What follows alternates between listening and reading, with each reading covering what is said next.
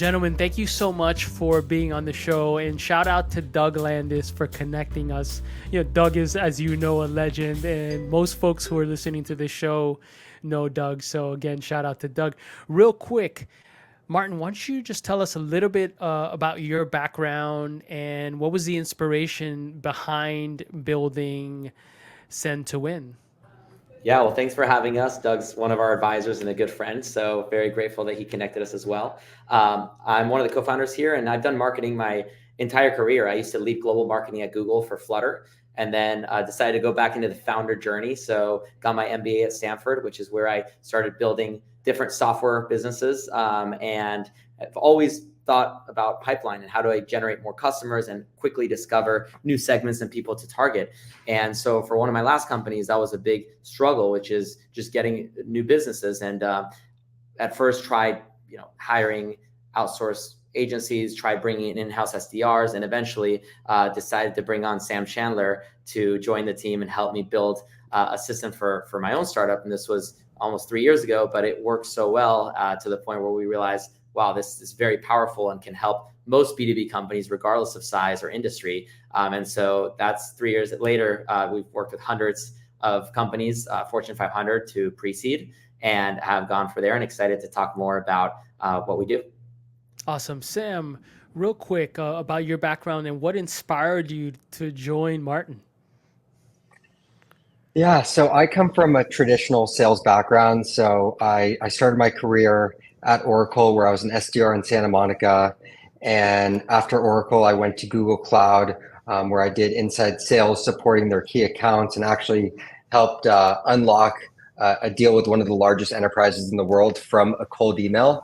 And then after Google, I was poached by Databricks pretty early on when they were just building out their go-to-market motion. And I spent almost 4 years at Databricks. And Martin and I go way back. We had a couple startups in college. He's one of the smartest guys I've ever met. So when he reached out to me saying he needed help with sales, and I had the opportunity to work with Martin, I jumped at it because I knew we could build something special together. Awesome. And I got to just say, for the folks out there, we all know outbound is challenging.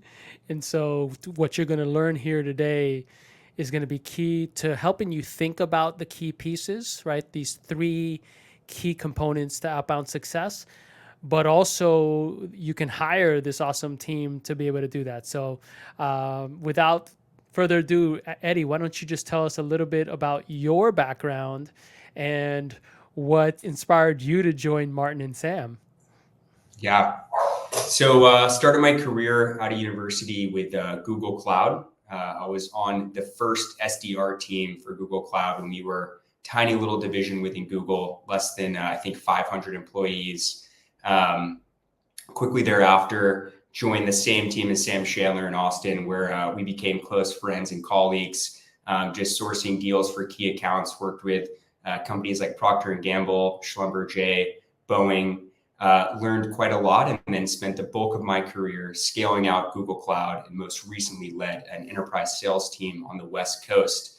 And one of the perks of working at Google is connecting and meeting smart folks like Martin and Sam. And so about a year into SendtoWin, they reached out and said, look, we're growing at a clip that we need another guy to come in and lead sales and help with operations. And didn't bat an eye at it, jumped on board, and I've been full-time for about 2 years with SendtoWin. Well, I just want to give all 3 of you a shout out because I'm a big proponent of the concept of fearlessness, right? And so as entrepreneurs, it requires that we embody that fearlessness, right? To go out there, start a company, look into the unknown, and not necessarily, in my opinion, avoid it, but know it's there and you still keep moving forward, right? And for me, that's what fearlessness is. And Eddie, you joining an early stage startup to not only handle sales, but also operations, I think requires that same sort of tenacity and grit. So shout out to you guys. Speaking of the outbound keys, those 3 keys to outbound success, Martin, why don't you dive into deliverability? I know you have a framework. And again, for the folks out there, these guys are crushing it. Okay. I've heard it many, many times. Even before Doug introduced us, I was hearing it on LinkedIn. So again, shout out to you guys. Martin, deliverability, what should we be thinking about? How should we sort of approach this? Yeah, I mean, when you think about outbound campaigns, especially with email, it's not like it used to be, right? You used to be able to send thousands of emails and you didn't even have to think about whether it's going to be read or not. The problem was, are they going to reply? But the landscape has changed so much, even in the last year, when it comes to spam laws and filtering, to the point where you could spend so much time building a perfect list and writing the best copy, and it's never even seen. And it gets worse. In fact, open rates, which a lot of people depend on, recently Apple has an update where a lot of emails get marked as open, even if it's in the spam folder, because it's marked as open when it's received by the server. So that all goes back to the basics of deliverability, which is the first pillar, which is making sure your emails are landing not only in somewhere in their inbox, but also in the main primary folder and not in the promotions folder or the spam folder. And so we have a lot of best practices we do for our clients here at SendtoWin that we recommend for everyone. The first, for example, is never, especially if you're doing hundreds of emails a day or a very big volume, use your main primary domain to send emails.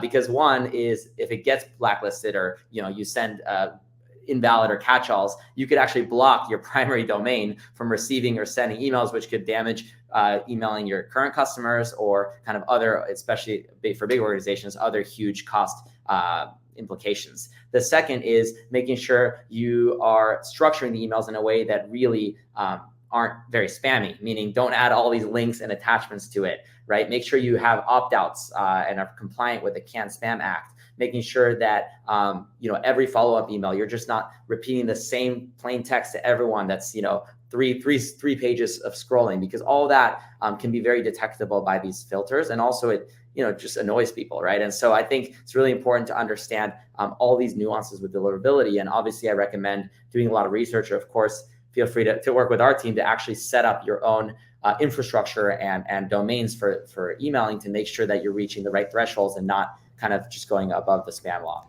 Yeah, for the folks out there, this is very much a science, right? To get this right, like setting up all this infrastructure, setting it up in a way that is actually scalable and works within the context of the workflow of your organization. So keep that in mind. Quick question, Martin. If you did mess up your domain, right? Like you didn't know better, right? And you started to mess up your primary domain, is that something that is fixable over time?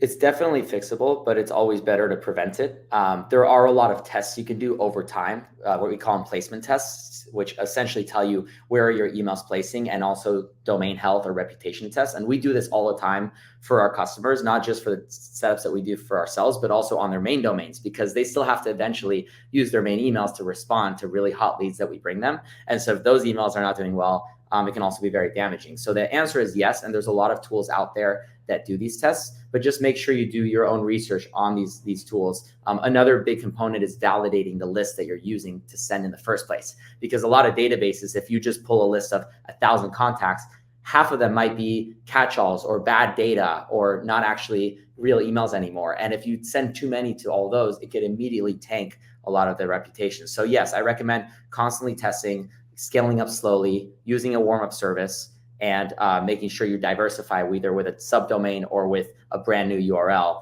the platform you use to actually send out the initial messages. Awesome. All right. So you have set up infrastructure for deliverability. You've done a lot of tests. Now you got to work on copywriting. So making sure that we are actually delivering the right message and it's formatted properly, and it's going to not only add value, but elicit ultimately a response. Sam, how should we approach this? Yeah, and it's gotten harder over the past couple of years because people are now inundated with emails in their inbox. So you have to make sure that whatever you're sending is relevant to the person you're sending it to, and it's concise. What we've kind of developed just from learning at the companies we worked at in the past, but plus testing out campaigns on our own over the past couple of years, is to make sure that every single email aligns to a pain point that is relevant to the prospect. You layer in value that you provide, And then you mentioned credibility to differentiate you from other companies that may be reaching out. And credibility could be your current clients, backers, VCs, or private equity companies that have backed you as a company, or even the team. Like for SendtoWin, we talk about how we have experience working at Google and Databricks, which differentiates us from the 1,000 outsourced lead gen agencies that may not have the same sales acumen or business acumen. And then making sure the opener is engaging and get someone to read into the email. The subject line is not spammy and doesn't look like a cold email. A lot of times we like to use something that is indistinguishable from internal or external. And then a call to action that is interest-based. And what I mean by that is everyone is inundated with call to action saying, hey, do you have 30 minutes for a meeting? Hey, do you have 15 minutes for a meeting? Hey, use my calendar link to set up a demo. People are sick of that, and you haven't earned the right to get a meeting yet. So what we typically do is an interest-based call to action where we ask, hey, would you be interested in receiving more information about how we can help you with X, Y, and Z? I'm happy to send you info, or we can send over a meeting link. So you give them the choice, and that typically works 2 times better than just asking someone for time.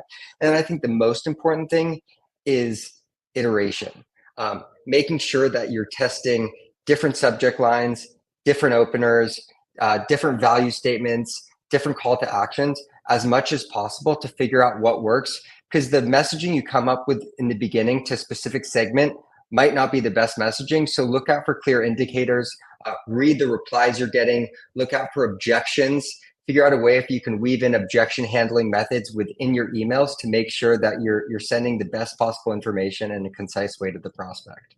So I would say that's the best place to start. Awesome.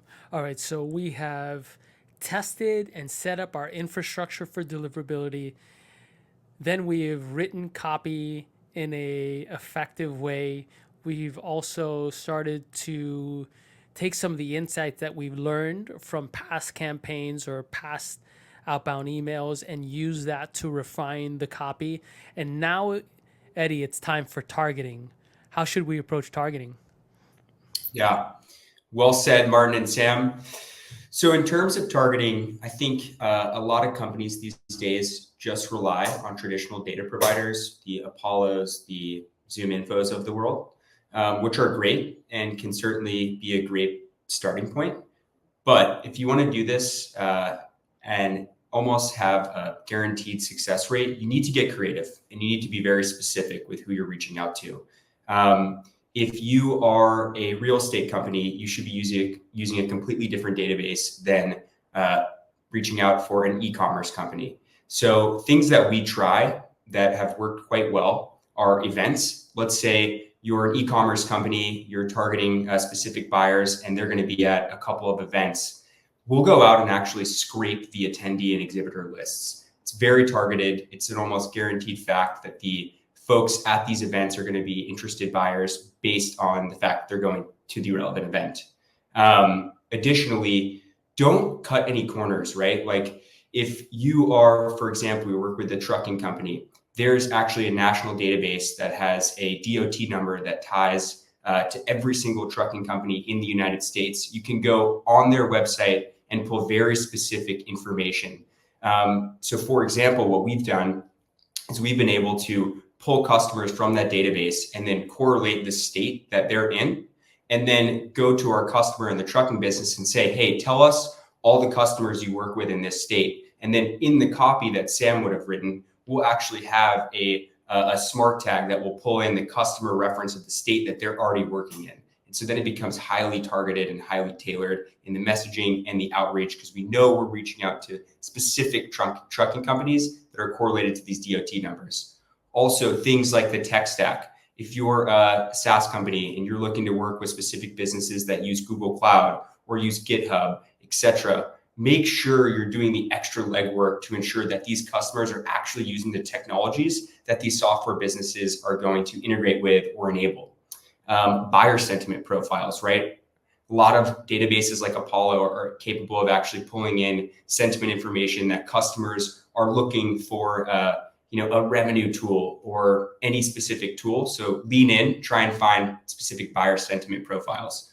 Also, if you can segment by role and industry, this always helps, right? If you're reaching out to, like I said earlier, SaaS companies or e-commerce, find databases that are really correlated to those specific industries. And the same goes for the role. And then I would also say right now with AI, there's a lot of cool things happening from the outbound perspective. So tools like Clay can really enable you to take it a step further. For example, we had a customer that was an automated restaurant review service. We were able to use Clay to identify restaurants in a specific region. And then we were able to correlate the lowest ranked ones on Yelp that actually might need this help. And then we took it a step further. We're able to identify the lowest ranked Yelp review on that customer's, on the restaurant's profile. And then in the copy, we were able to summarize that review, call it 10 words, small paraphrase of the negative review, and then insert that as a smart tag in the copy. So then when we're reaching out to the client, it actually is so personalized that it looks so real that someone went and audited their Yelp page and looked at the lowest ranked review and said, hey, what are you doing to mitigate this? This can totally derail your business. And so, being specific, doing the extra legwork to ensure that you're reaching out to the right folks that use the right technology, that have the right roles, and going a step beyond and even finding a lot of alternative data sources like events or government websites that may have data that really isn't available with traditional data providers. And so get creative would be my advice to folks that are looking to be really targeted in their outbound. Awesome. And, a couple things that really stood out was the level of granularity that y'all are really digging into. And I know this is just something we spoke about for a couple minutes and you really dig deeper, but just for the folks out there, just keep this in mind, right? When we're targeting, we really want to be personalized and relevant, and we got to do the work. And I think that's why organizations like SendtoWin are so valuable, because you are able to cover these various components or these key points to successful outbound, which is very hard to do internally, right? Like deliverability by itself. I don't know anyone, by the way, who knows how to do this internally, right? They usually actually have to find like an external expert. So the fact that you guys focus on deliverability, copywriting, the targeting, and then you have a tech stack that pulls in these various insights and allows you to execute this stuff at scale is super huge. So thank you so much, gentlemen. Thank you again for taking the time to dive in. Eddie, Martin, and Sam. Sam, if folks wanted to, I know you're leading the charge, you and Eddie really on sales. If folks wanted to learn more about SendtoWin, get in contact with y'all, perhaps hire you to help with their outbound, what are the best handles and URLs to do so? If you want to get in contact with SendtoWin, I think the easiest way to do it would be go to sendtowin.com. There's a form on our website that links directly to our calendar. Feel free to fill out the form, set up a meeting, or you can reach out via LinkedIn. We're very responsive. So yeah, just fill out the form online and we'll be able to meet pretty quickly. Awesome. Well, gentlemen, thank you again for being on the show and have a great day. Thanks so much. Thank you.